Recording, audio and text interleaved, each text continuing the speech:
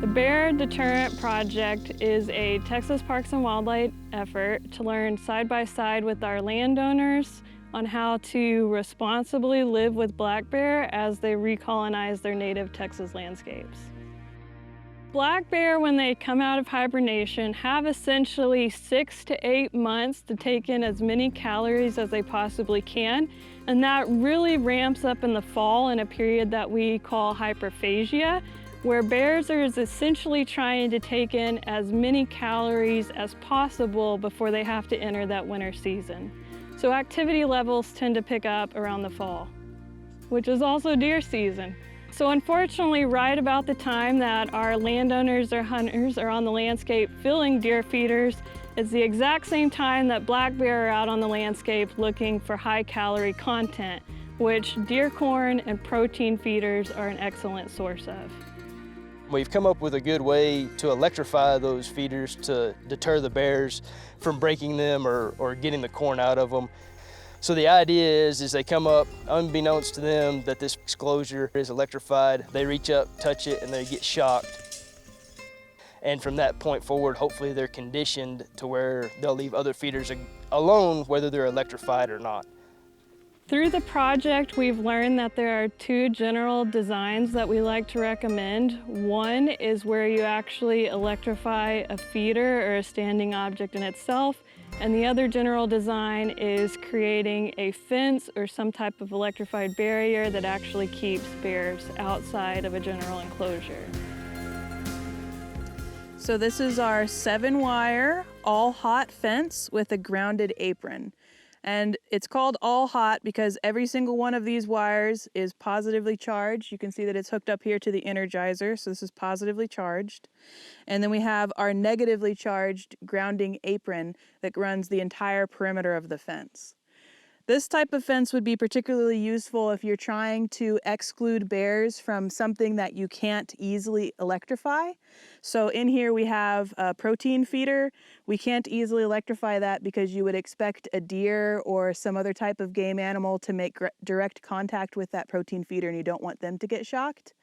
The good thing about this style of fence is that deer or other animals that you do want to come into your feeder can easily jump this fence.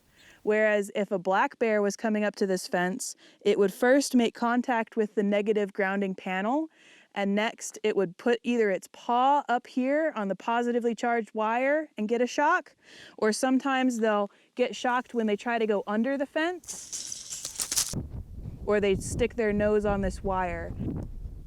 This type of fence has a lot of different applications. This type of fence can be used to exclude animals from things like your garden, places where you store your trash, outbuildings like horse barns or feed barns. It can also be used to exclude bears from really big areas like orchards or small animal pastures or even chicken coops.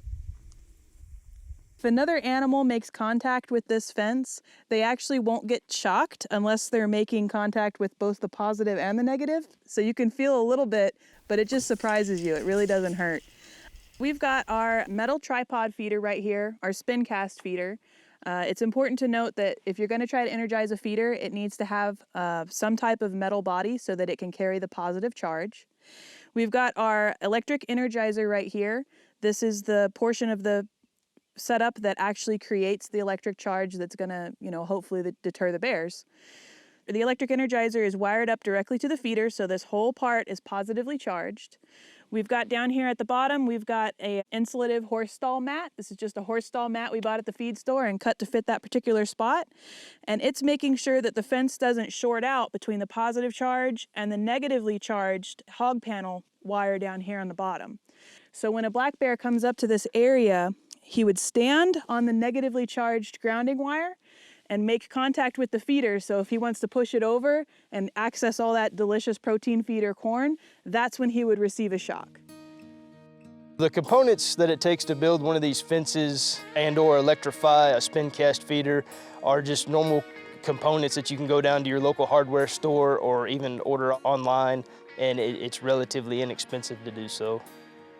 But I would say you can outfit a spin cast style feeder in an hour to 2 hours with one person working on it. So the good thing about Parks and Wildlife and working with your local biologist is we offer an array of services. And if you just give us a call, we'd be more than happy to talk to you about the products that you need to purchase in order to build a fence or electrify a feeder. And we'd be more than happy to come out and help you put that together as well.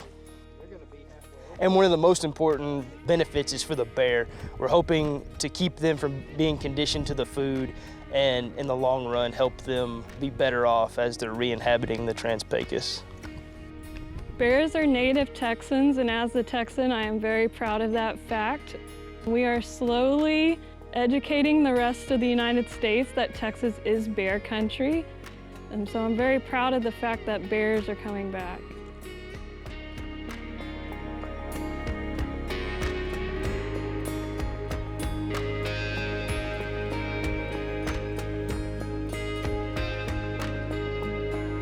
For more information, go to the description of this video.